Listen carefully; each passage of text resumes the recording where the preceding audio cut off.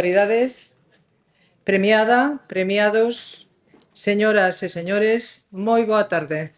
Benvidas e benvidos á 13ª edición dos Premios Lois Peñanovo. E grazas, moitísimas grazas por acompañarnos nun día tan especial para nós e, sobre todo, nun día tan caluroso. Nos acompañan na presidencia do acto dona Carmen Eiró Bouza, Fiscala Superior de Galicia, dona Digna Rivas Gómez, alcaldesa do Concello de Redondela, don Valentín García Gómez, secretario xeral da Lingua da Xunta de Galicia, don Jesús Vázquez Almuiña, deputado de Turismo, Transparencia e Administración Xeral da Deputación de Pontevedra, e don Xosé González Martínez, presidente do colectivo Galeguizar Galicia, onde se encadra os Premios Peñanovo e a Fundación Lois Peñanovo. Moitas grazas a todos vostedes pola súa presenza. Este ano, como podan comprobar, os Premios Peñanovo mudaron excepcionalmente de escenario. As obras que se están a realizar no Castelo de Soutomaior impiden que poidamos celebrar este acto no lugar no que ao cabo dos anos acabou por identificarse inseparablemente coa historia dos Peñanovo. Esta circunstancia tróuxonos a esta fermosa casa, a Casona da Torre, un lugar emblemático no patrimonio local e especialmente acaído para unha celebración como esta, porque ten unha significación, os Premios Lois Peñanovo teñen unha significación moi especial co Concello de Redondela. E digo isto porque foi neste Concello cando no ano 1995 se crearon estes premios. Xa pasou un montón de tempo, 30 anos. E foi da ilusión compartida dun fato de funcionarios e de funcionarias que soñaron uns premios destinados a recoñecer o labor de persoas, institucións, empresas ou colectivos que fixesen do galego unha lingua presente e prestixiada nos espazos públicos, profesionais e sociais do país. Un sonho que hoxe é unha realidade consolidada, porque sigue vivo despois de 30 anos, algo que, sinceramente, nos enche a todos os que conformamos esta fundación, nos enche de orgullo.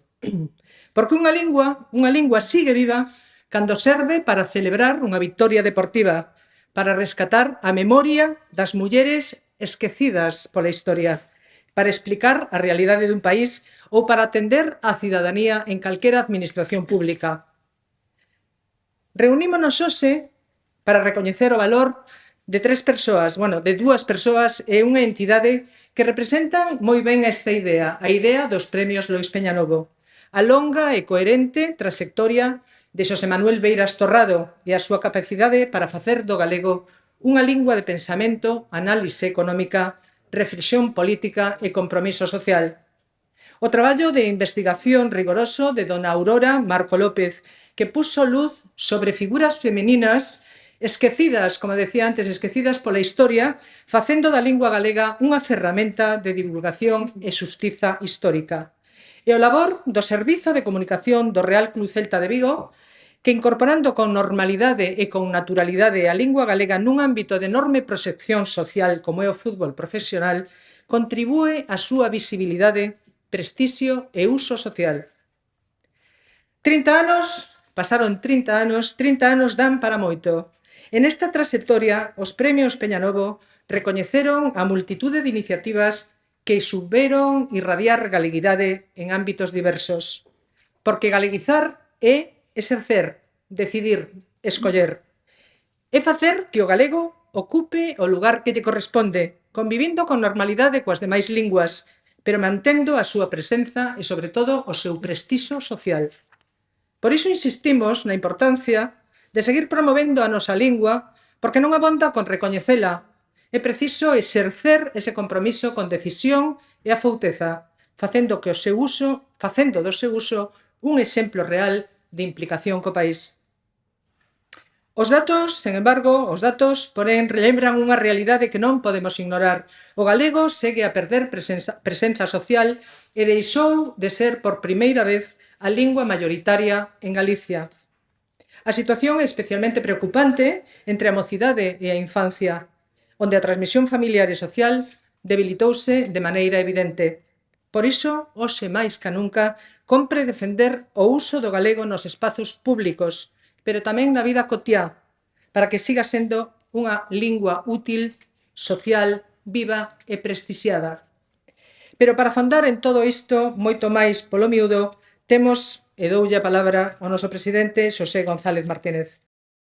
Un ano máis xuntámonos para renovar o noso compromiso con Galicia, coa nosa lingua e cos valores que fan da nosa identidade un espazo propio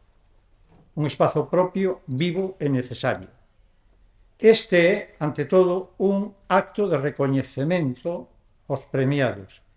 Por iso, como presidente da Fundación Lois Peñanovo, non quero roubarlles protagonismo ás persoas e entidades premiadas. Elas son hoxe o centro deste encontro porque co seu traballo, ca súa traxectoria e cos seus exemplos fan máis forte a presencia de Galicia na sociedade. Pero este acto non é só unha entrega de premios, é tamén unha reafirmación, unha maneira de dicir quen somos, que a nosa lingua sigue a ser unha ferramenta de futuro e que a nosa identidade non pode quedar reducida á lembranza do pasado nin a unha emoción nos espazos privados. Lois Peñanovo entendía moi ben esta idea cando dicía que o sentimento da patria debe ser un sentimento dinámico. Non falaba dunha patria inmóvil, pechada sobre si mesma, nin dunha Galicia guardada nos libros ou nos discursos solemnes. Falaba dunha Galicia en movimento, capaz de renovar as súas enerxías, de abrir camiños e de preparar o futuro para os que veñen detrás de nós. Por iso tamén advertía que os povos que converten a súa historia nun dogma definitivo acaban matando as súas propias enerxías renovadoras. Esta reflexión segue tendo hoxe unha enorme actualidade, porque Galicia non pode quedar no pasado, debe ocupar o lugar que lle corresponde no presente para mirar o futuro. Isto obríganos a ser pristinos. Vivimos un momento de grandes cambios sociais, económicos e culturais. Cambian as formas de comunicármonos, os espazos de relacións, os hábitos de consumo e cambian tamén as referencias das novas xeracións.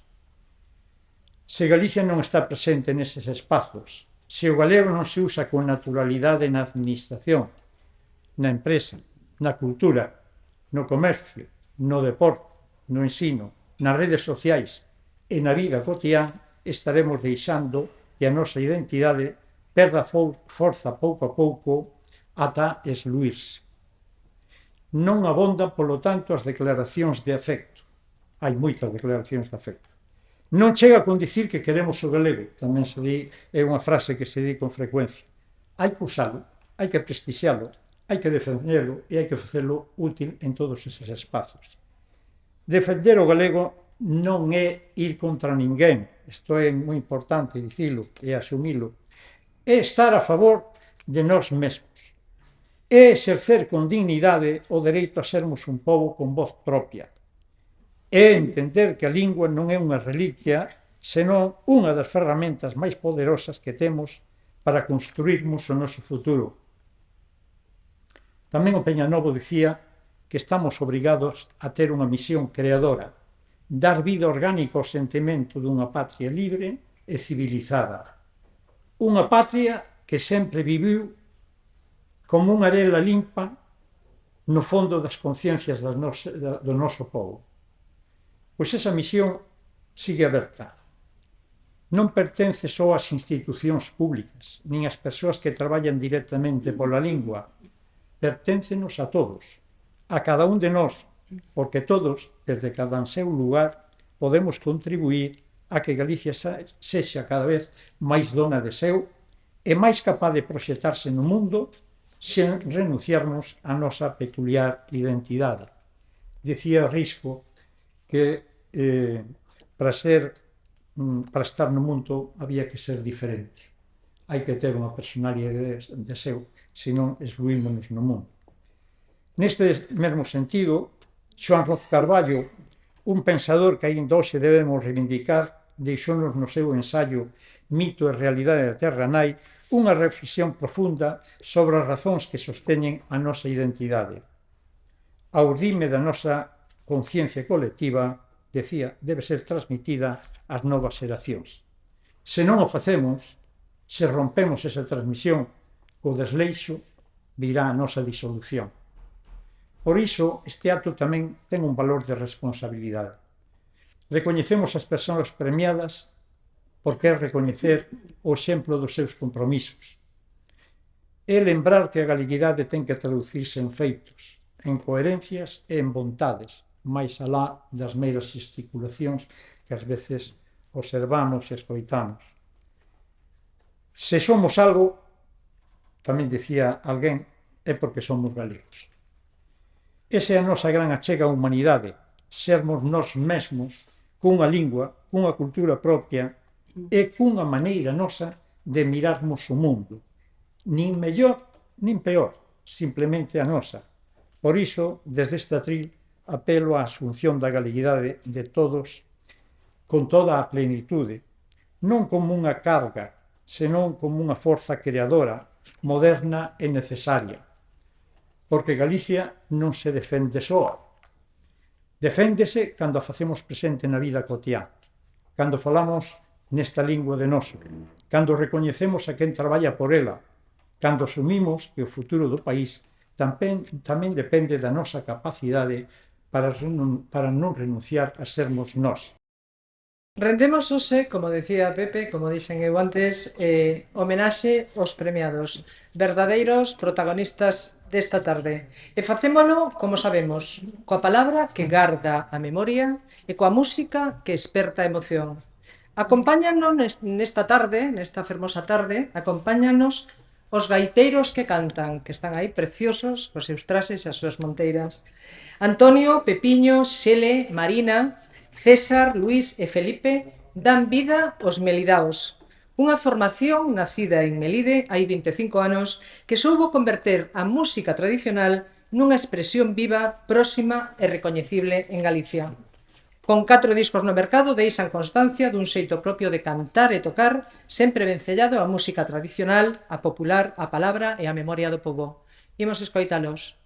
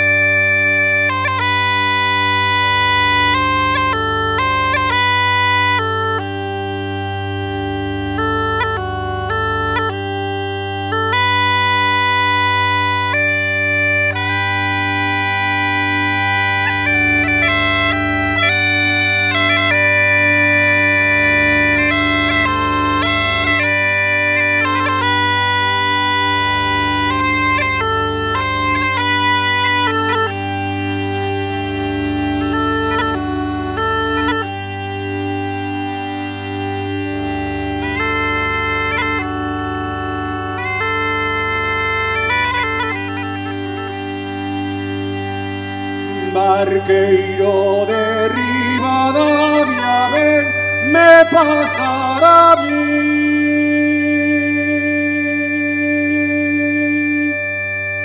Que veño de Santa Polevo, prosa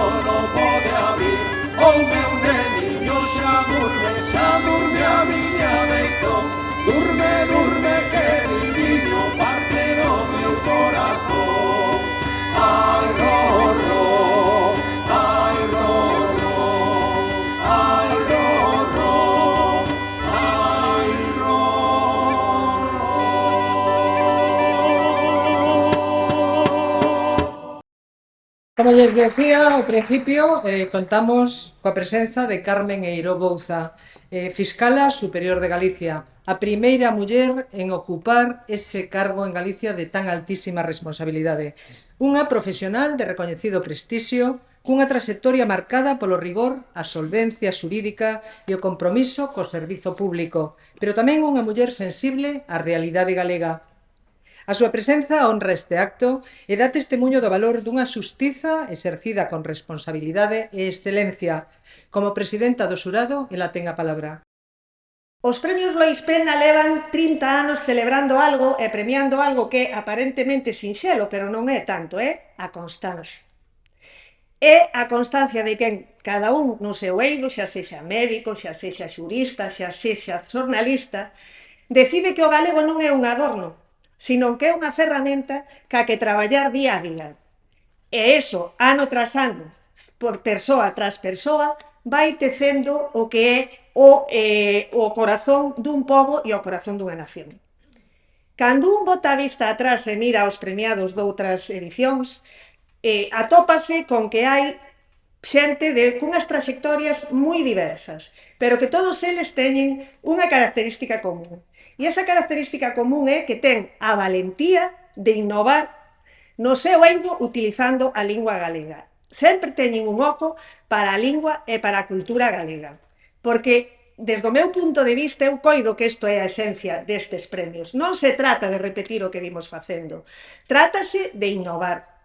E como se innova? Iso non é fácil, porque a innovación non sempre viste de laboratorio nin de tecnoloxía punteira.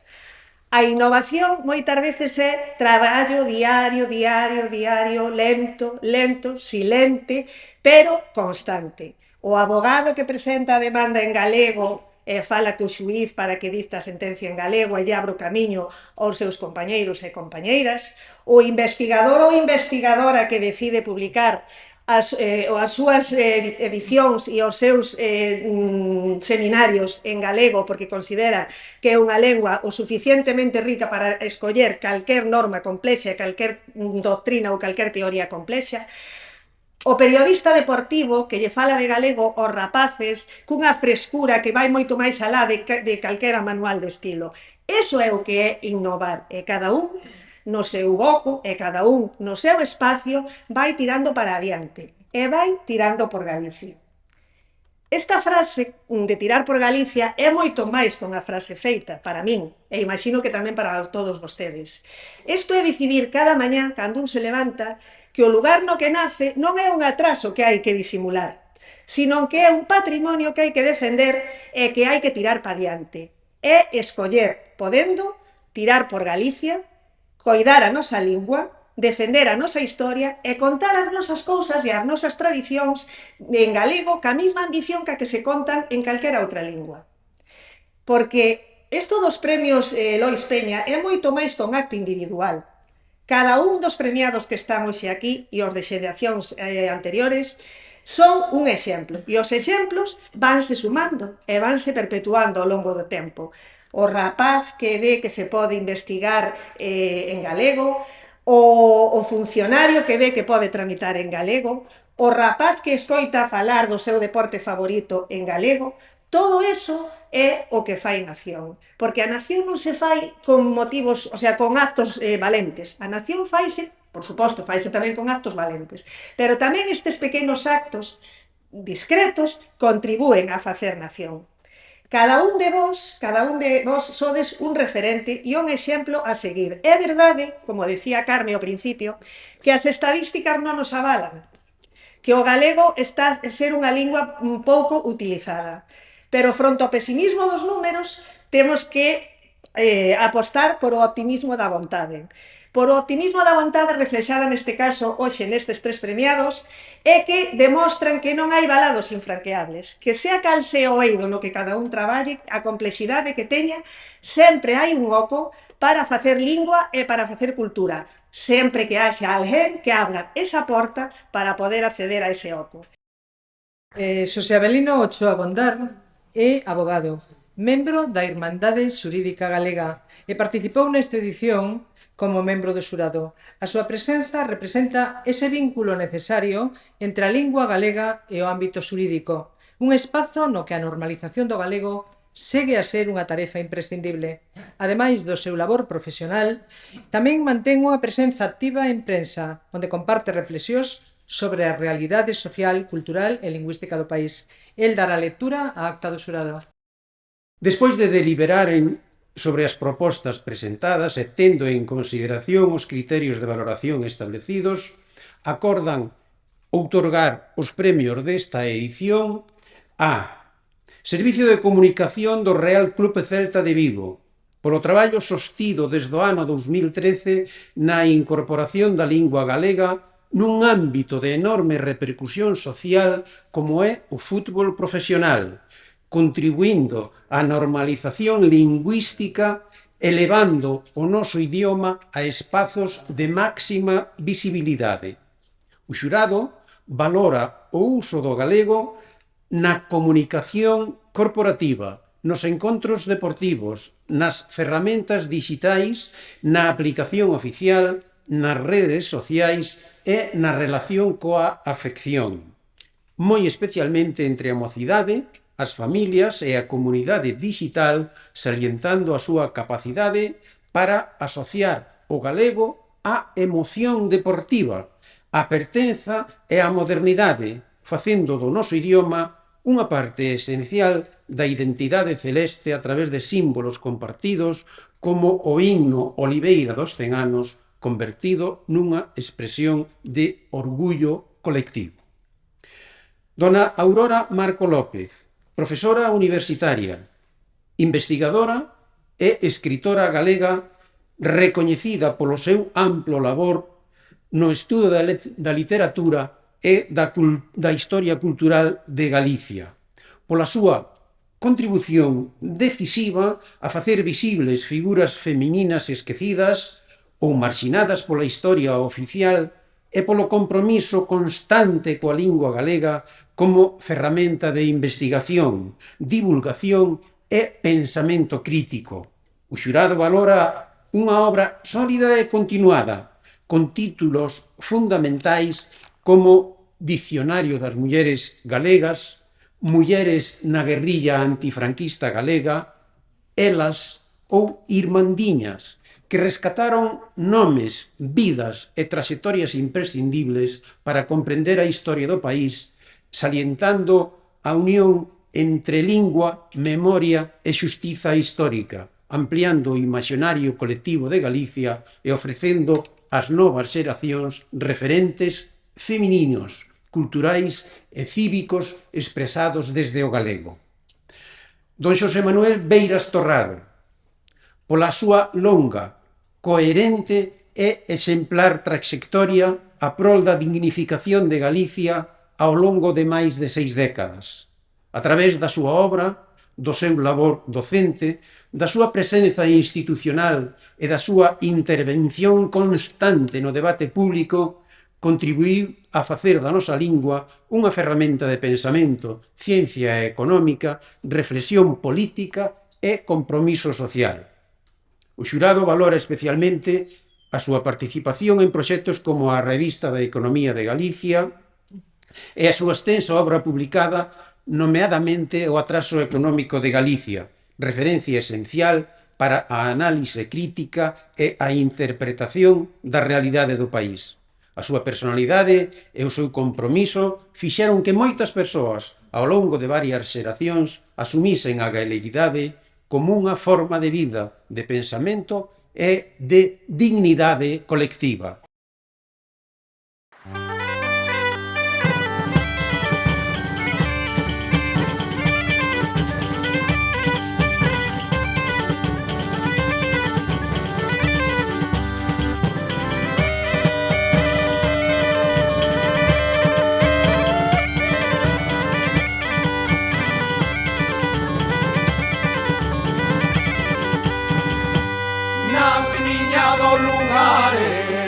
Arde o mundo coa festa, naci miña do lugares. Aló ven a Micaela, veña gaiteira tocare, veña gaiteira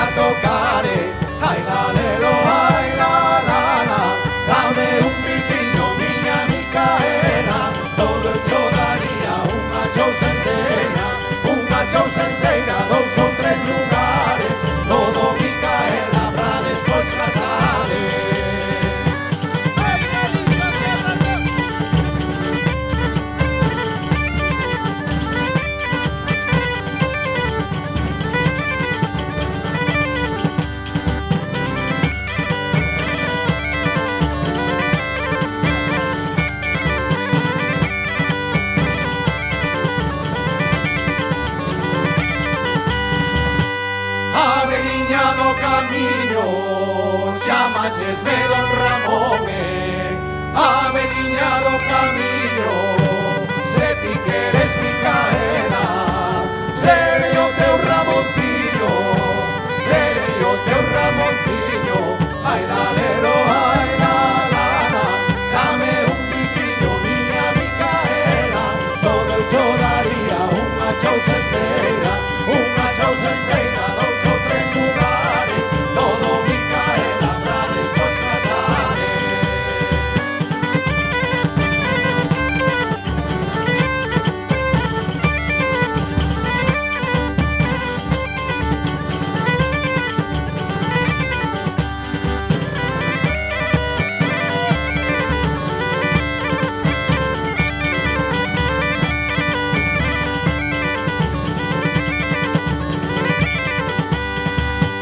Bulideira quero ser, chamaronme bulideira, bulideira quero ser, ante caia de madura, ti non me has de comer, ti non me has de comer, ai lalero, ai la la la, dame un biquiño, miña Micaela, todo eu cho daría unha chousa enteira, dous ou tres lugares, todo Micaela, pra despois casare. Dame un biquiño, miña Micaela, todo eu cho daría unha chousa enteira, dous ou tres lugares, todo Micaela, pra despois casare. Elena Pousa Ortega ten unha trayectoria marcada polo compromiso coa lingua galega, coa cultura da ralla e coa recuperación da memoria histórica. Filóloga e investigadora, preside a Comisión pola Recuperación da Memoria Histórica do Baixo Miño, o Condado e a Louriña. Ten participado en publicacións como As mulleres represaliadas no cárcere de Tui, Letras de fronteira ou Lingua e identidade na fronteira galego-portuguesa. Xuíza honoraria do Couto Mixto desde o ano 2024, o rigor e a sensibilidade do seu traballo fan dela unha voz especialmente acaída para poñer en valor a figura de Aurora Marco López. Aurora é unha investigadora con moitos premios ás costas, pero o Lois Peñalobo concédeselle non por algunha obra en particular ou por algún dos temas traballados por ela, como a lingua, a literatura ou a memoria histórica, senón que o recibe como recoñecemento a todo o seu labor como investigadora en galego, dado que Aurora Marco é un dos esteos que sostén a viña da lingua para que poida fructificar e manterse vizosa. Pero Aurora, máis ca un esteo, ese elemento de pedra que sostén a viña, penso que é outra das pezas fundamentais para que a latada se manteña en pé e poida dar boas colleitas. Unha peza que está sempre na cabeceira, o que nós chamamos a testeira. Aurora é unha desas testeiras da armazón da viña da lingua, esas que sempre están na fronte, na parte da cabeceira. Xa saben que o cuidado da viña da lingua require moitos esforzos e moito traballo colectivo para que continue en pé, sen derrubarse, e as pezas que hoxe premiamos cumpren ese cometido. Aurora Marco, despois de voltar con 9 anos por morriña da súa nai desde Noguera de Albarracín, en Teruel, para a Leira, en Ordes, tivo imensa sorte de poder facer unha inmersión lingüística inmediata e intensa, na aldea e na casa da súa avoa. Algo que na actualidade xa non sería tan doado para os que regresan. Grazas a esas avoas que guardaron na bada unha chea de palabras e de expresións especiais que igual hoxe xa non se usan, xa se perderon, Aurora foi enraizando na terra. E nesa leira ben labrada e abonada desde a súa casa, algúns profesores, máis tarde, no Rosalía de Castro, como don Antonio Fraguas ou don Gonzalo Anaya, e máis tarde na facultade don Ricardo Carballo Calero, deitaron nesa leira unhas moi boas sementes. E esas sementes deron como froito as súas investigacións en galego e sobre o galego. E no ano 1972 converteuse na segunda profesora en dar galego nos primeiros cursos impartidos nas antigas escolas normais. Non teño tempo para citar todo o que leva feito ao longo da súa vida. Moitas das obras de seguro que xa as coñecedes. Tras delas hai sempre uns cantos anos previos de moito traballo. E logo dificultades para a publicación. e para a súa presentación, xa que aquí o que se edita enfróntase a un mercado escaso e efémero, sen feiras importantes del libro en galego e outras ferramentas de difusión.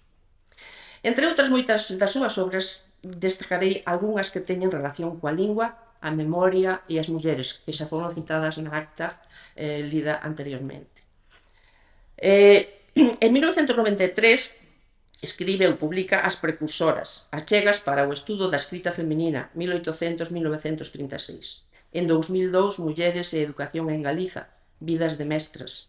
En 2007, o Dicionario de mulleres galegas, das orixes a 1975. En 2011, Mulleres na guerrilla antifranquista e en 2015, Elas.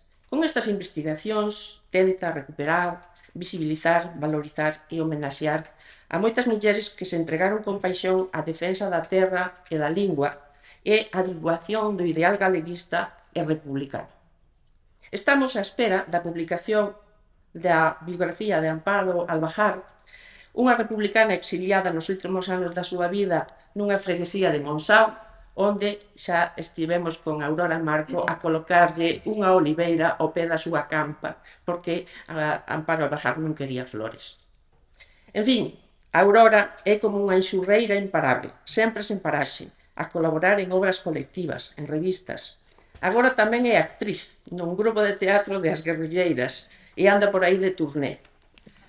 Nótase ben que Aurora leva a lingua no corazón, e non como outros ou outras que a levan como unha lousa e apenas a utilizan só no exercicio da súa profesión ou en contadas ocasións. En definitiva, penso que o galardón foille concedido a esta muller por traballar moito e ben, e con este premio recompensámosles de algún xeito as innumerables horas de traballo a prol da lingua e da nosa terra. Un grande ben haxa a Aurora e aos outros premiados. Entregamos o primeiro premio da tarde. Entrega o premio dona Digna Rivas Gómez, alcaldesa do Concello de Redondela. Recolle o premio dona Aurora Marco.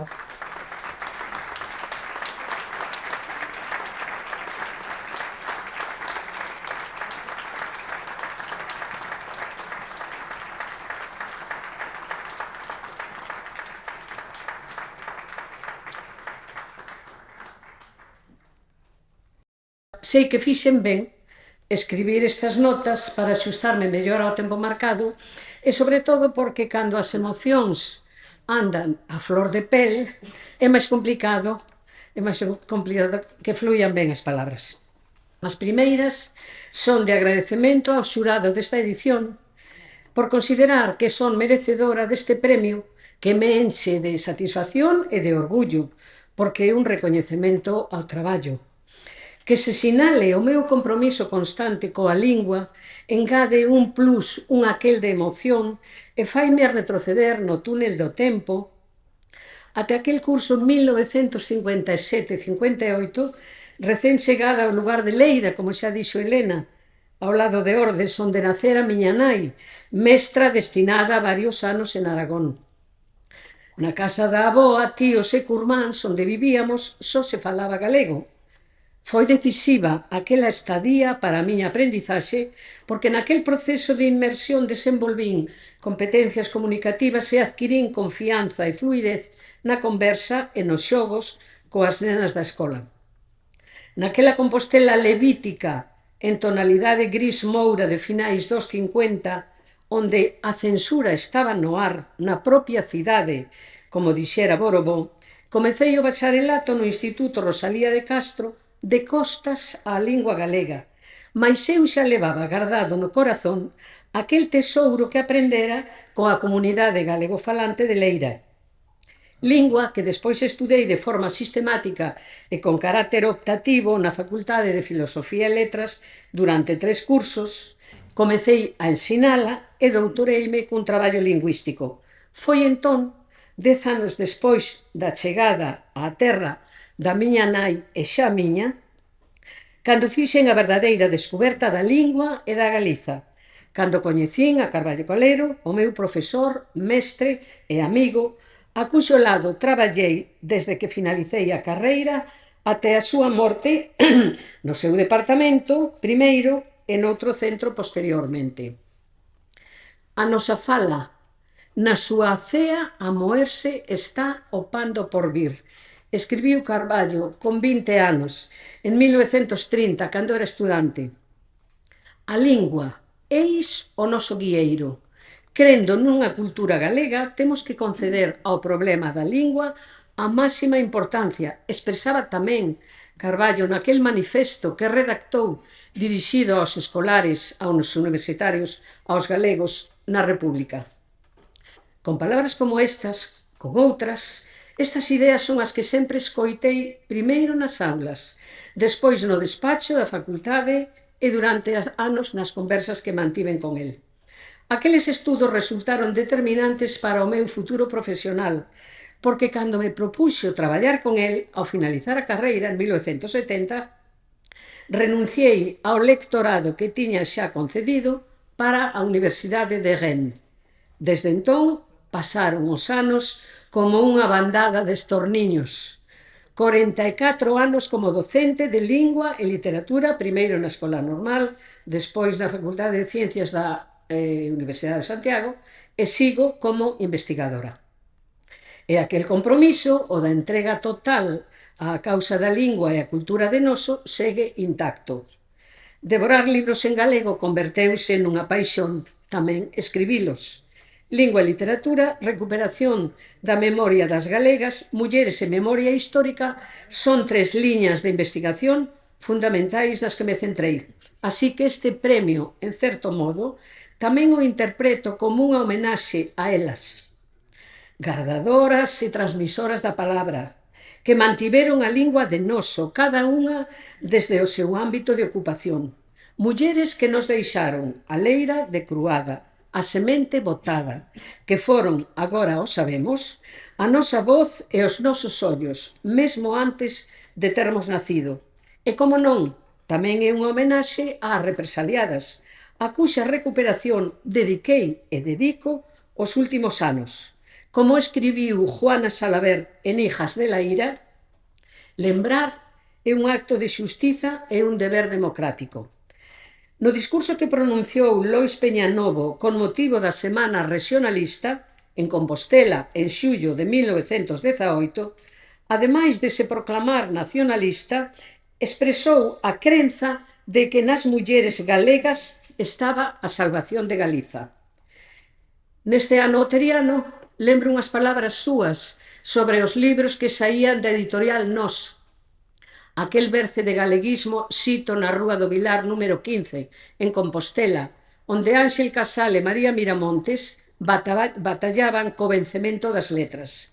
Dicía Otero que os libros eran como dornas, velas ou zocas que levaban o vento e o camiño de Galiza neles. Oxalá que o vento a que aludiu Otero veña con forza e con luz suficiente para alumear os camiños da lingua, cuxo uso xa reclamaban as nosas irmandiñas, como Ermitas López Verdes, a compañeira de vida de Lois Peñanovo, como naquel manifesto ás mulleres galegas, divulgado o 25 de xullo do 33 da Sourensás, encabezado por Josefina Bustamante, a compañeira de vida de Otero Pedrallo. Dicía: chamamos ao voso corazón de fillas e nais, pola lembranza dos antergos e polo porvir dos nosos fillos, polo noso lar, pola nosa tradición, pola nosa cultura, pola nosa fala, pola nosa prosperidade colectiva, pola limpeza política, pola paz social, vinde a nós. Conclúo agora sí. Teño o corazón a reloucar de contento. Síntome unha muller afortunada por virose aquí para recoller este premio en tan boa compañía. Rafael Ojea Pérez, que non sei por onde anda,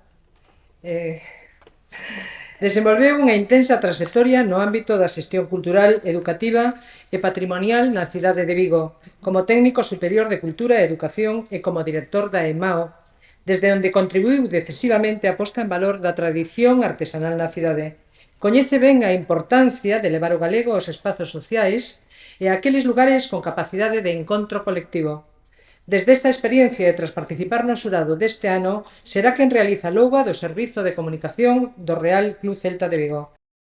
Facémolo porque o que este equipo leva anos construindo vai moito máis alá dunha estrategia de comunicación. Estamos diante dunha aposta consciente e coherente por situar a lingua galega no centro da identidade dun dos principais símbolos colectivos do noso país. O Celta é moitas cousas ao mesmo tempo. É unha entidade deportiva centenaria, é unha marca coñecida internacionalmente, é un fenómeno social que moviliza centos de miles de persoas e é tamén un referente emocional para varias xeracións de galegos e galegas. Nun contexto no que moitas organizacións optan por diluir os seus sinais de identidade para buscar unha suposta universalidade, o Celta escolleu o camiño contrario, reafirmar a súa vinculación con Galicia e expresar esa vinculación con naturalidade a través da lingua galega. E fixo sen estridencias, sen campañas artificiais e sen converter o idioma nun elemento decorativo ou secundario. O galego pasou a ser lingua habitual da comunicación institucional do club. Está presente nas súas publicacións, nas súas redes sociais, nos seus materiais audiovisuais, nas súas campañas, no estadio, nos seus actos e na súa relación coa afección. O mérito é especialmente relevante porque estamos a falar dunha organización cunha enorme capacidade de difusión. Cada mensaxe publicada, cada vídeo, cada entrevista, cada campaña ou cada contido digital chega a centos de miles de persoas. O galego aparece así asociado á modernidade, ao deporte de elite, á emoción compartida e ao orgullo da pertenza. O impacto desta decisión non pode medirse só en números, aínda que os números tamén son impresionantes. O Celta converteuse nun dos principais emisores de contidos en galego do ámbito deportivo europeo. Poucas institucións galegas teñen unha capacidade comparable para proxectar a nosa lingua dentro e fora do país. Pero hai algo aínda máis importante. O equipo de comunicación do Celta conseguiu que o uso do galego non se perciba como unha obriga nin como unha excepción. Conseguiu que pareza exactamente o que debería ser, algo normal. Esa normalidade é probablemente unha das maiores contribucións que se poden facer á lingua, porque a normalización lingüística non depende só das leis, nin das administracións, nin dos programas educativos. Dependen de quen ten capacidade para crear imaginarios colectivos, para xerar identificación e para transmitir valores. En ese terreo, o Celta ocupa hoxe unha posición privilexiada. Hai, ademais, un aspecto especialmente simbólico que o xurado quere destacar. Ao longo destes anos, o club impulsou unha renovación da súa identidade pública na que Galicia, a cultura galega e a lingua galega adquiriron unha presencia central. Nese proceso, o himno Oliveira dos 100 anos converteuse nun fenómeno social de enorme relevancia. O que inicialmente era unha peza vinculada á celebración dun centenario acabou transformándose nun auténtico símbolo colectivo. Hoxe, miles de persoas cántanos nos estadios, nas rúas, nas celebracións e nos momentos do encontro alrededor do club. E fano en galego. Poucas imaxes resultan tan expresivas da forza dunha lingua como a de miles de voces compartindo unha mesma emoción na lingua propia do país. Ese éxito non é casual. É consecuencia dunha visión que entende que a identidade non é un obstáculo para abrirse ao mundo, senón precisamente a mellor maneira de facelo. O xurado considera que esa experiencia constituye un exemplo de enorme valor para outras entidades deportivas, culturais, empresariais e sociais. Demostra que é posible comunicar con ambición, con profesionalidade e con proxección internacional sen renunciar á propia lingua. Mais aínda, demostra que a lingua pode converterse nun dos principais activos dunha organización. Pero os premios non só reconecen o camiño percorrido, tamén sinalan un horizonte. Por iso, este galardón quere ser, ademais dun agradecemento, un estímulo para seguir avanzando. Agardamos que o Celta de Vigo continúe facendo da lingua galega unha marca de identidade do club, explorando novos formatos, novas canles e novos espacios nos que o galego siga gañando de presencia, prestixio e proxección. Porque cada vez que o Celta escolle comunicar en galego, non só expresa con autenticidade quen é e de onde ven, tamén contribuye a fortalecer a autoestima lingüística de Galicia e demostra que a nosa lingua pode ocupar con plena naturalidade os escenarios de maior relevancia social e internacional. Por todo isto, pola súa contribución efectiva á visibilización social do galego, pola capacidade de levar a nosa lingua a espacios de gran repercusión pública, pola identificación do galego cun proxecto contemporáneo, aberto e exitoso, e por ter convertido a lingua nun elemento esencial da identidade celeste, os premios Lois Peñanovo conceden o seu galardón ao equipo de comunicación do Real Club Celta de Vigo. Parabéns ás persoas que o integran, a presidencia e a xunta directiva da entidade, e gracias por demostrar co vosso traballo diario, que o galego pode ocupar con naturalidade os espacios de maior relevancia social e emocional do noso tempo. Entrega este segundo premio don Valentín García Gómez, secretario xeral da Lingua. Recolle don Sergio Álvarez Conde, conselleiro do Celta.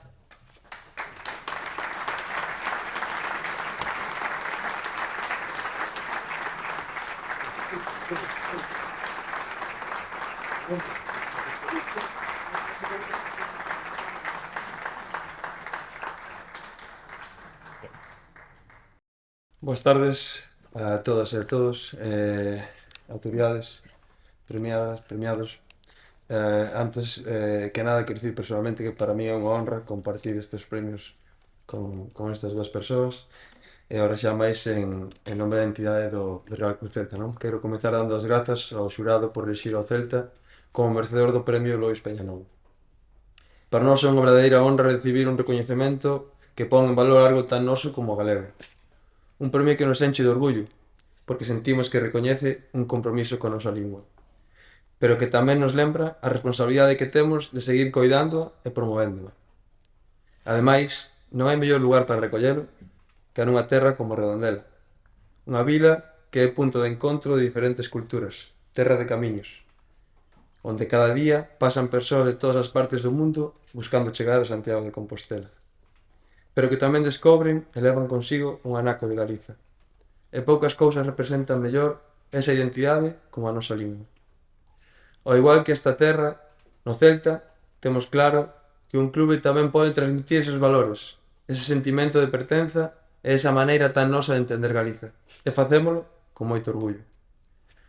Por iso este premio ten un significado tan especial, porque recoñece unha forma de entender o que somos, porque cando decidimos integrar o galego de maneira natural na vida do club, decidimos ser coherentes con a nosa identidade.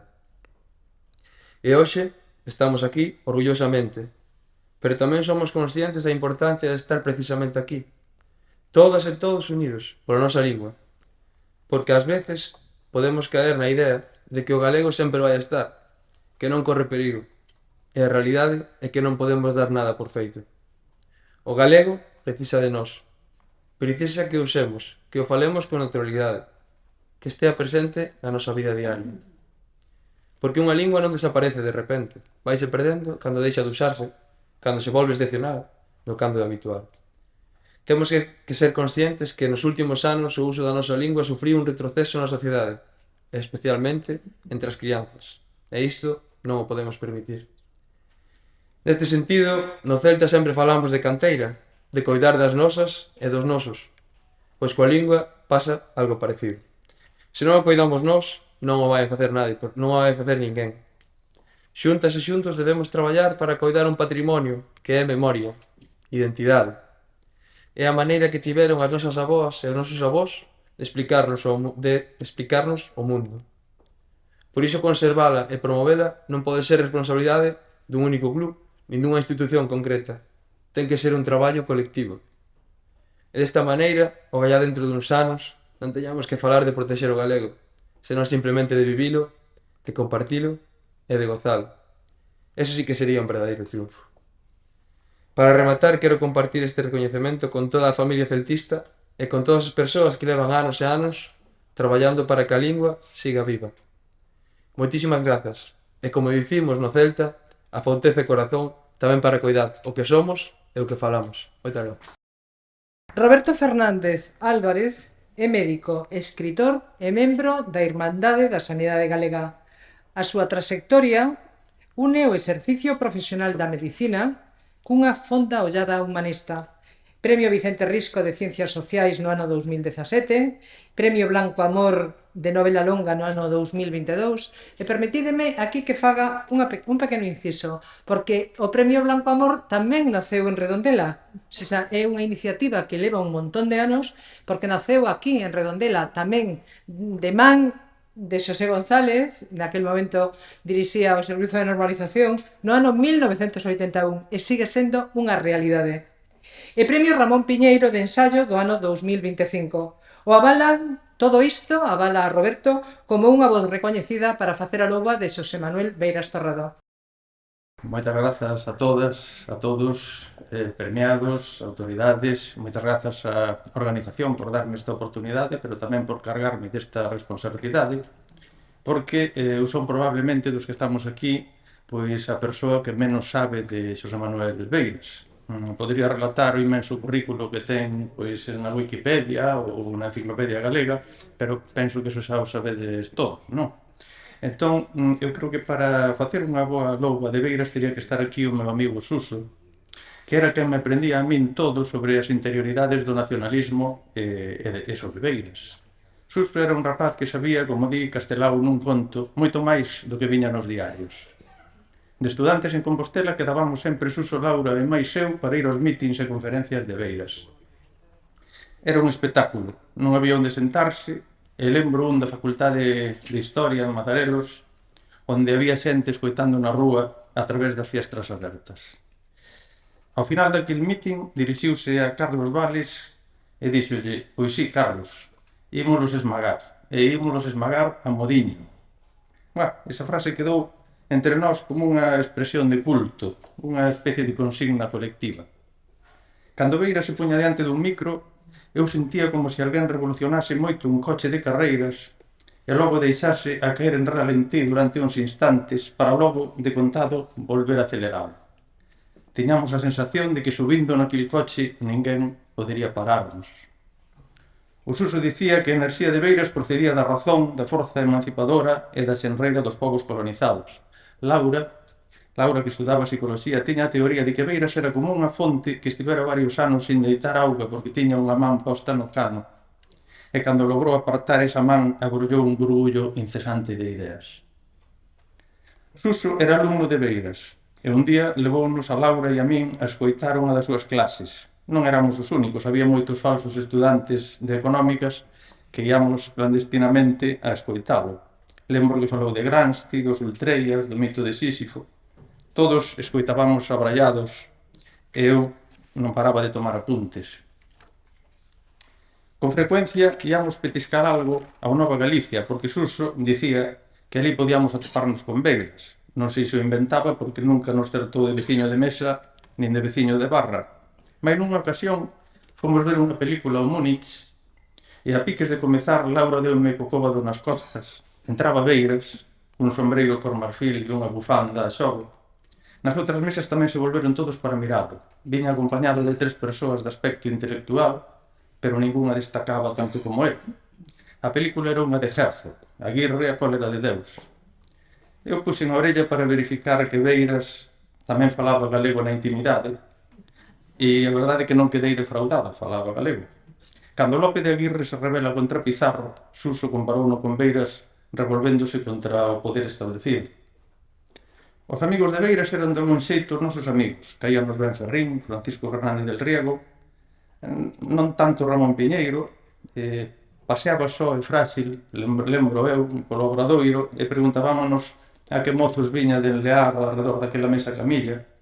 De García Sabel non queríamos nin oír falar daquel. E iso que eu, en segredo, tiña agochado o seu ensaio de análisis existencial do home galego enfermo. O Suso copiaba os argumentos de Beiras e logo puñase moi ardoroso no galo douro con nós, ata que se aseguraba de que non quedaba ninguén por convencer, de que todos éramos nacionalistas. Prestoume o libro do Atraso económico de Galicia, ese libriño azul que pasou por todas as mans, e o lino de contado. Mesmo o levaba ás clases de anatomía de Navarrina. Ali tiña unha compañeira de aula que falaba castelán e, increíblemente, non sabía quen era Beiras. Cos argumentos de Suso, que eran os de Beiras, convencina. Tiven que poñerme tamén moi vehemente, e de volta das vacacións de Nadal de 1989 díxome, aínda en castelán: sabes unha cousa, Roberto? Botei a Beiras. Logo fixémonos maiores, eu esquecín de volverlle o libro azul a Suso, Beiras foi desaparecendo das noticias, aínda que permaneceu no ADN ideolóxico dunha xeración que vai moito máis alá dos Beiras bois, e como sabemos, o ADN transmítese á descendencia. Laura, a día de hoxe, é catedrática de psicobioloxía na UNED e a súa filla chamase Alfonsina e acaba de ler a tese doutoral en galego e anda cun rapaz alto de pelo ensortellado que toca o piano, aínda que lle bota a Abel Caballero. Suso traballa de director financiero en CaixaBank, ten unha filla inspectora de Facenda que é galego falante e un fillo que estudou galego pero vive en Chicago dedicado ás criptomoedas. Hai uns meses atopei na miña biblioteca o libriño azul. Primeira edición, editorial Galaxia, e chamei a Suso para devolverlo. Era unha disculpa para vermos. Vive nunha casa impresionante nas aforras da Coruña cunha habitación só para fotos, onde ten unha con beiras. Contoume que na urbanización hai unha praga de ratos. Logo colleu o libro, pasoume un brazo por enriba do ombreiro e dixo: pois sí, Roberto. Entrega o premio don Jesús Vázquez Almuiña, deputado de Turismo, Transparencia e Administración Xeral da Deputación de Pontevedra. Recolle, lóxicamente, Xosé Manuel Beiras.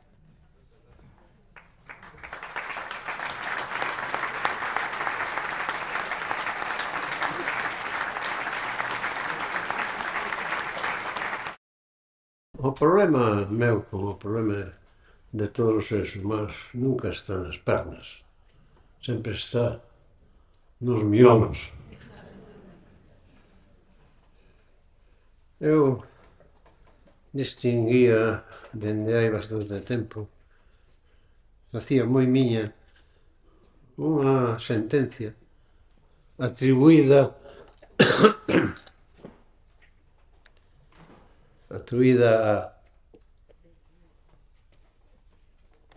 ao gran pintor italiano do século XV.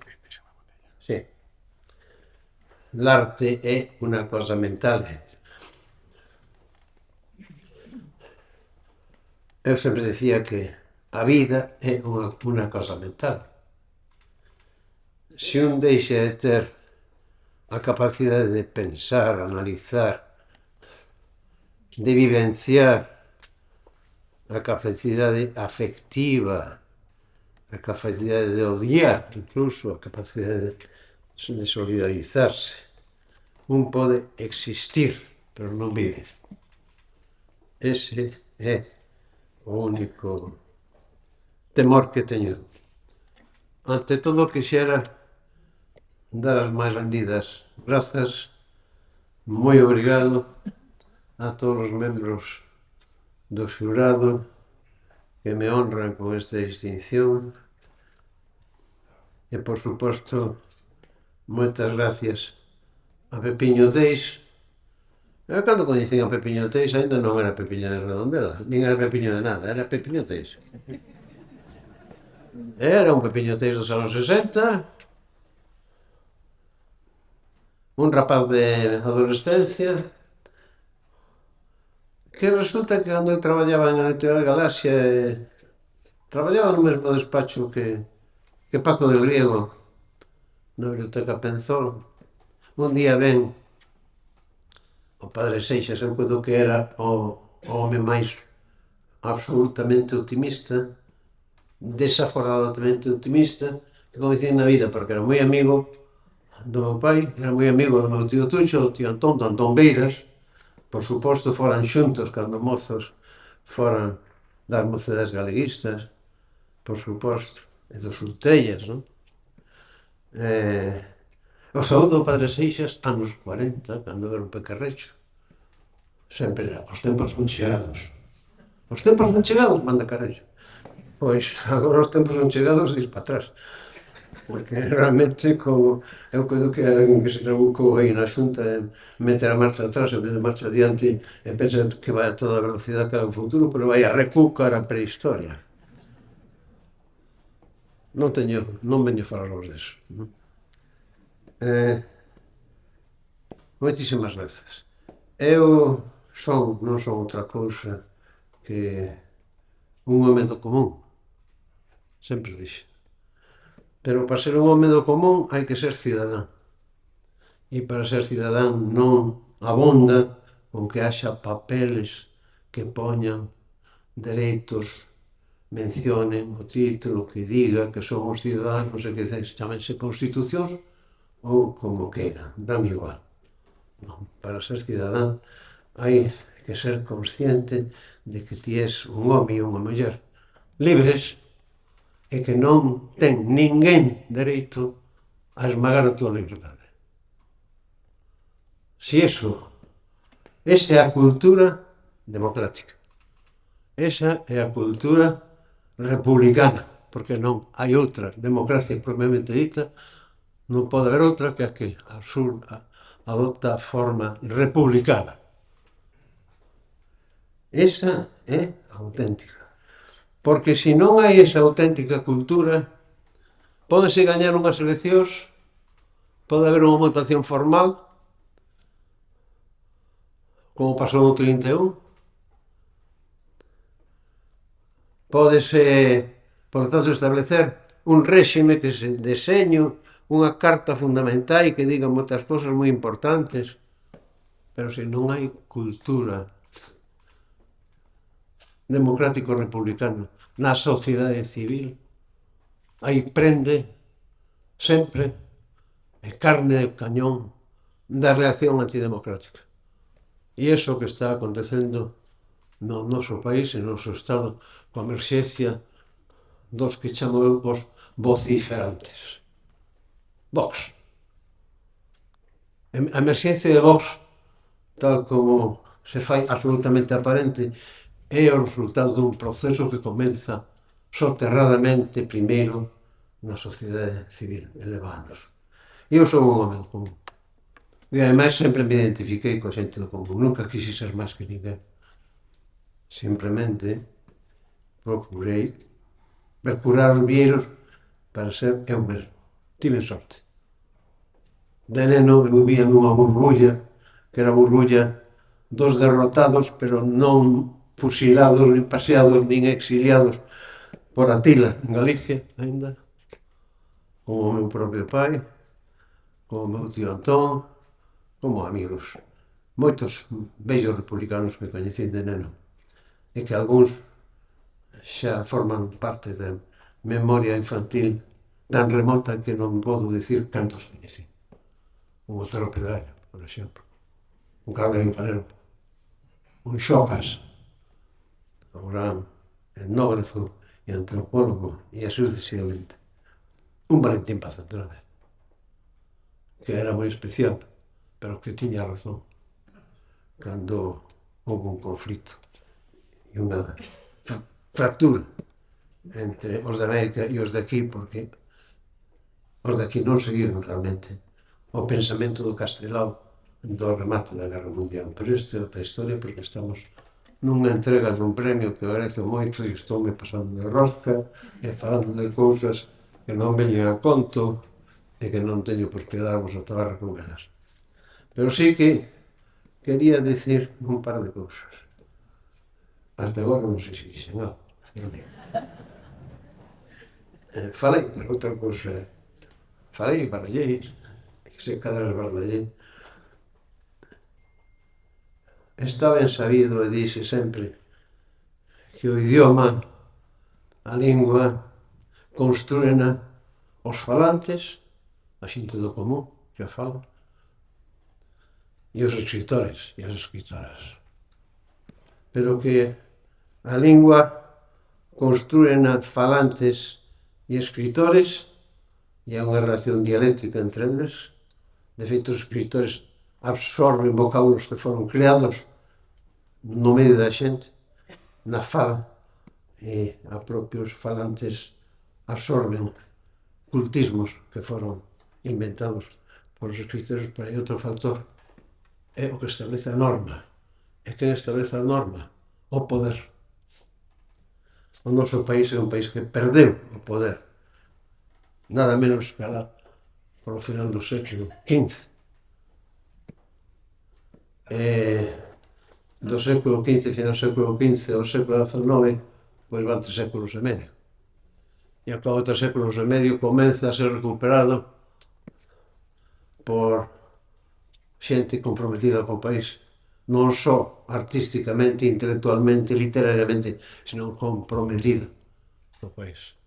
Se un lé de verdad o limiar de Rosalía a Follas Novas, decátase cando di que a lingua dos labregos e mariñeiros soa e verdadeira xente do traballo no meu país. Pero claro, perdeu-no. E ese poder dedicouse durante centos e centos de anos non só a negarlle a escrita, senón a utilizar a escrita en español para denigrar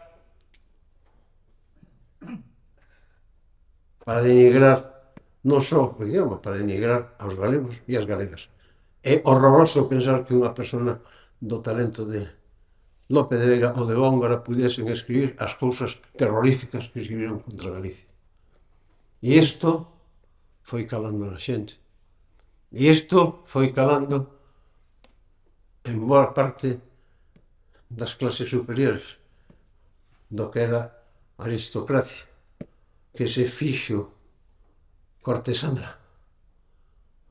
E iso calou na dirección de toda a rede de mosteiros que foron fundamentais para a cultura e para a agricultura no país. As dúas revolucións agrarias que hai en Galicia, século XII. A século XII protagonizaron os monxes brancos, por tradición os cistercienses. Primeiro Cluny e logo Cister. O foro foi unha maneira de avanzar progresivamente, dar máis liberdade e condicións máis razonables aos servos. E a segunda é cando, afortunadamente, chega de América o millo e a pataca eleva rotundamente a productividade da terra, eleva o excedente e, por lo tanto, hai excedente para a cultura, por exemplo, para o barroco. Cando dadevos de contas e mirades século XIX, non hai escritor nin escritora intelectual coñecidos, aínda que sexan conservadores. Non, por exemplo, Brañas, que era un home moi conservador, que non estivese activamente a prol da loita dos foreiros, o sea, dos labregos frente aos forestas. E cando todo ese proceso se explicita como nacionalismo, cal é a denominación que escolle? Non hai un partido nacionalista galego, non hai un movimento nacionalista galego. Chámanse Irmandades da Fala. Por lo tanto, é a referencia explícita ás revolucións irmandiñas do século XV, cando as rebelións dos dominados foron sofocadas polos exércitos da Corona de Castilla, é a referencia a que o idioma polo que loitaban durante todo ese tempo fora confinado na condición de fala, simplemente, e cumprían o lugario estatus de idioma. Esa foi a loita, até que chegou a Tila en Galicia. E a terceira cousa, remato de verdade, non vos dou máis o rollo con estas disquisicións de tipo raro.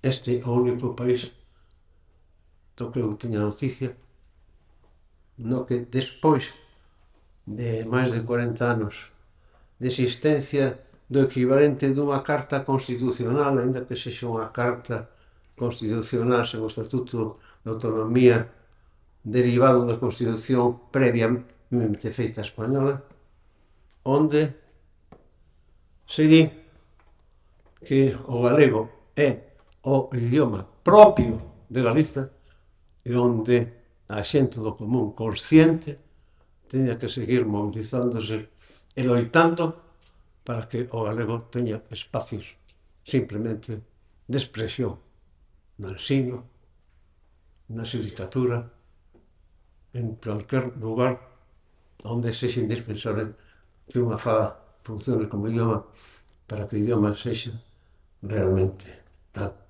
É un país que está moi vivo por abaixo, que gaña batallas impensables, pero que ten en riba unha costra que afoga. Antes de dar paso ás intervencións institucionais que rematarán o acto, queremos expresar o noso agradecemento ás entidades e persoas que fixeron posible a celebración deste acto. En primeiro lugar, o noso agradecemento á Deputación Provincial de Pontevedra, representada aquí por don Jesús Vázquez Almuiña, deputado de Turismo, Transparencia e Administración Xeral, por dona Sandra Bastos Míguez, coordinadora de Benestar Social e Igualdade, e por don Javier Vasco Lujeira, director de Coordinación Intermunicipal, porque co seu apoio permítenos dar continuidade a este encontro, facendo posible que esta celebración siga manténdose no tempo. O noso máis sinceiro agradecemento á Xunta de Galicia e de maneira moi especial á Secretaría Xeral da Lingua, representada neste acto por don Valentín García Gómez, o subsecretario xeral, polo apoio constante a esta iniciativa e a outras moitas promovidas polo noso colectivo Galeguizar Galicia. A súa colaboración fai posible que este ano contemos con esta maravilla de música dos Melidaos que achegan a este encontro unha dimensión emotiva e contribúen a celebrar desde a cultura o valor da nosa lingua.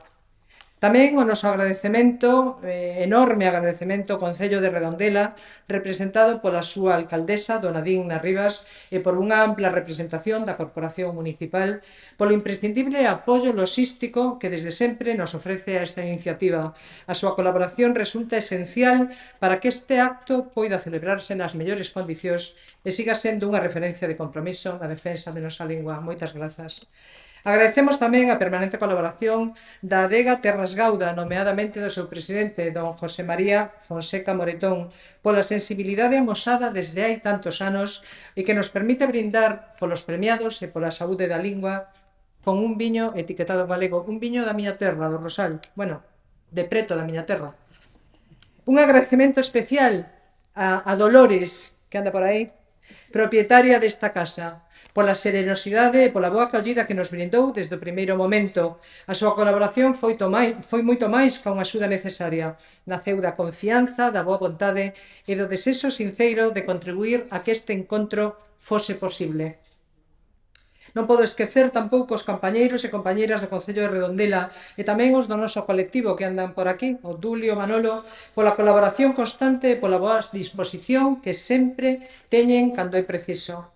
Porque detrás de cada acto, de cada un destes actos, hai moitísimo traballo silencioso de moitas persoas e o seu esforzo é fundamental para que todo poida sair adiante da mellor maneira posible.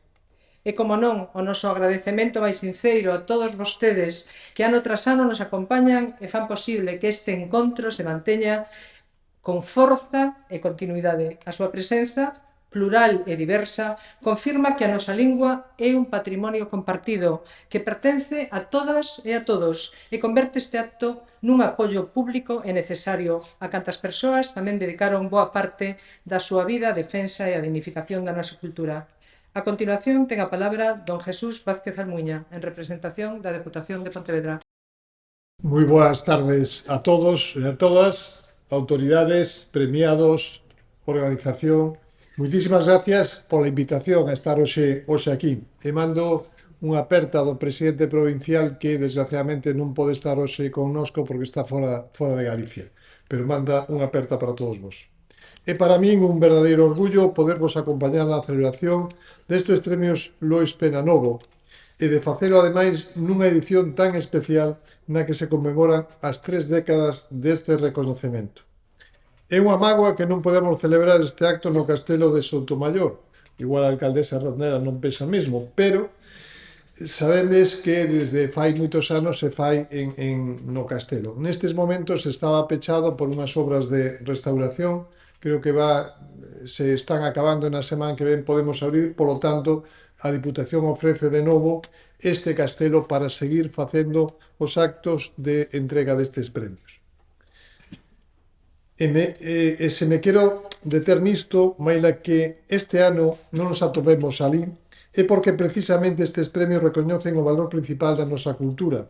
E polo Castelo de Soutomaior pasaron algúns de grandes persoeiros máis ilustres da nosa terra, como poden ser Emilia Pardo Bazán ou Castelao.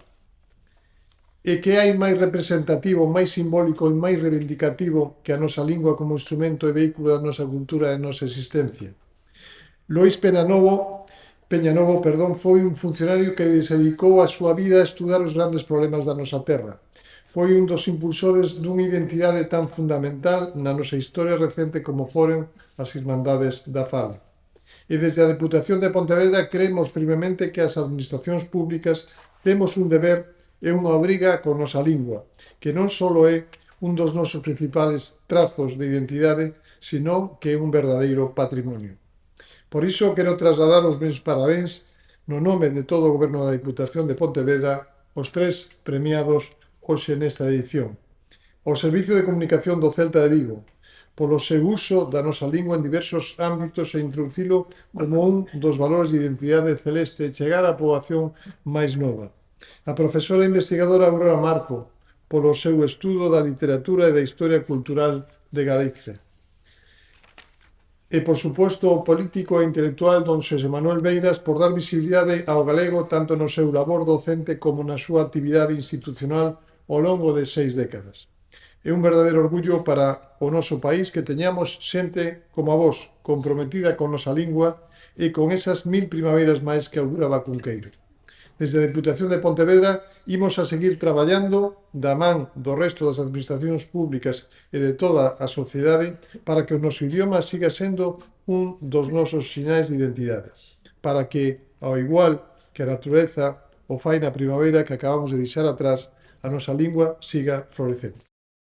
Ten a palabra agora o secretario xeral da Lingua, don Valentín García Gómez.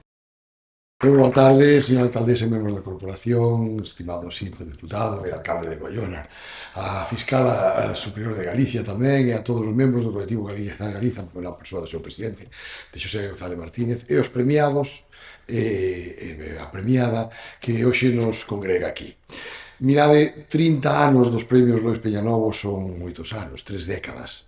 E durante todo este tempo, por aquí, como acaba de decir Sito, pasou xente de moi distintos colectivos, profesores, xente de perfil académico, deportistas, empresarios, relixiosos, xornalistas, tantas e tantas persoas de distintos perfis que nos fan pensar que a lingua e a promoción da nosa lingua é algo de todos. Moitas veces tendemos a ter esa concepción de que a lingua xa está suficientemente atendida polo mundo do ensino, máis os que estamos nas administracións públicas que temos que cuidar dela, máis os escritores, máis os poetas. E isto non é exactamente así. A lingua é patrimonio do pobo inteiro e, polo tanto, é o pobo que ten que facer uso dela para darlle esa vitalidade e ese vigor que todos queremos darlle. Xa se dixo aquí que estamos nun momento en que as cifras e as porcentaxes de galegofalantes non son optimistas. Estamos nunha realidade na que temos as xeracións máis preparadas para ler, para escribir, para entender e para falar o galego, pero logo hai un déficit real no seu uso, no seu uso diario, por moitas causas, algunhas delas xa se falou aquí, e sería moi prolixo volver a repetilas, pero que nos fan pensar que o mellor que podemos facer pola lingua é falala, é cultivala, é transmitila, é elixila a hora de consumir produtos, de escoitar unha emisora de radio, de comprar un libro nunha libraría. Esas son as claves, non só da nosa lingua, de calquera idioma que se atope nas condicións en que se atopa o galego, que son moitos no mundo. E a partir de aí, pois, dicirvos que tamén hai sinais que nos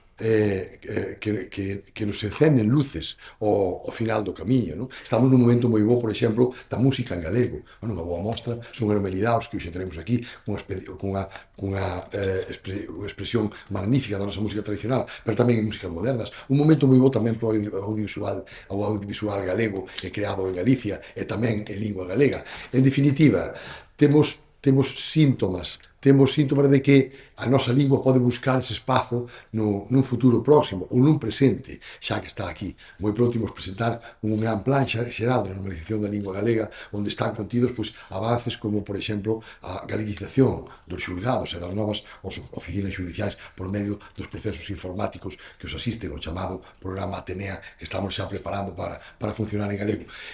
En definitiva, é unha realidade que non deixa de ser complexa, nunca foi unha realidade simple. En sociolingüística sempre falamos de realidades complexas, pero que exixen de movimentos como este, de colectivos como este, que 30 anos despois sigan tendo a vitalidade que teñen para ano a ano lembrarnos e recoñecer nas persoas do profesor Beiras Torrado, por exemplo, toda unha traxectoria de moitos anos, unha coherencia radiante coa súa lingua, con prego e defensa da nosa lingua, da nosa cultura e de moitas cousas máis, da Aurora Marco, que é un bo exemplo desas xentes que chegadas á nosa terra, e hoxe é un fenómeno tamén que estamos notando moito, os miles de persoas que chegan cada mes a Galicia para quedarse, para formar parte dese gran colectivo dos galegos, dos neogalegos ou neofalantes, verdade? Que temos que tamén saber incorporar e saber adaptar, e saber como facerlles atractiva a nosa lingua e a nosa cultura para que as sintan como propias, verdade? Que moitas veces veñen de realidades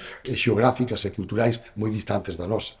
Ou a oficina ao servizo de comunicación do Celta, unha forza tan grande como é na nosa sociedade de fútbol, posta ao servizo ou posta para colaborar no recoñecemento do que nos é propio. Poucas cousas son tan identitarias como unha camiseta ou un escudo dun equipo de fútbol, verdade? Pois iso estamos notando tamén, non? Como cando as persoas se teñen ese arraigo e poñen en valor ese sentimento por un determinado equipo, por un determinado símbolo, por un determinado movimento ou por algo con que se sinten identificadas, aí sinten a necesidade da lingua e aí sinten colocar a lingua, aínda que moitas veces non a usen tanto ou non sexan galego-falantes diarios, digamos, pero queren que o seu equipo de fútbol ou que o viño que toman as súas etiquetas estean en galego. E iso é tamén un factor que temos que aproveitar e que temos que saber concebir.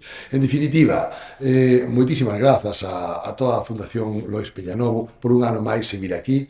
Teremos que seguir colaborando da Xunta de Galicia e de máis administracións que estamos hoxe aquí presentes, e tamén creo que tamén é un exemplo de colaboración interadministrativa que necesita a lingua e, sobre todo, a todos vós, que sodes, en definitiva, como povo que lle dá vida a esta nosa lingua por moitísimos anos máis, buscando ese futuro, cando menos, por 30 anos máis dos Lois Peñanovo.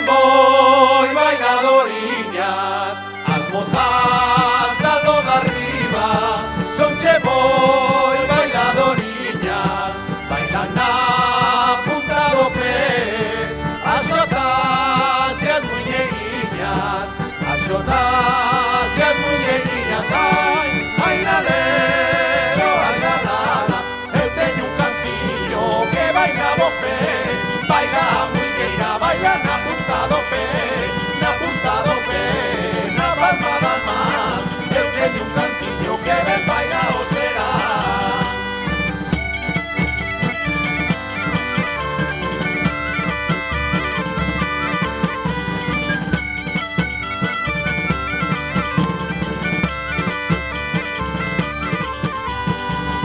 E contestei no momento, botaches unha cantiga, e contestei no momento, se a túa levaba sale, a miña sale pemento, a miña sale pemento, ai, ai lalero, ai lalala, eu teño un cantiño que baila bofé, baila a muñeira, baila na punta do pé, na punta do pé, na palma da man, eu teño un cantiño que ben baila o será.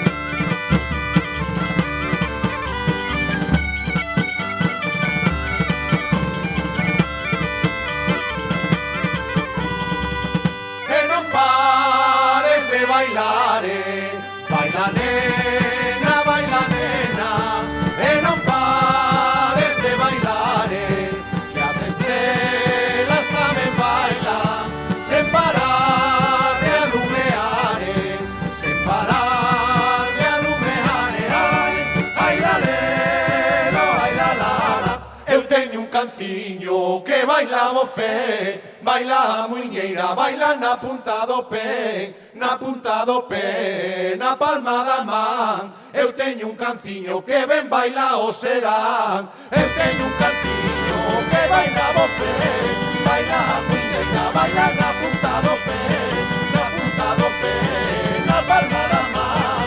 Eu teño un canciño que ben baila o serán.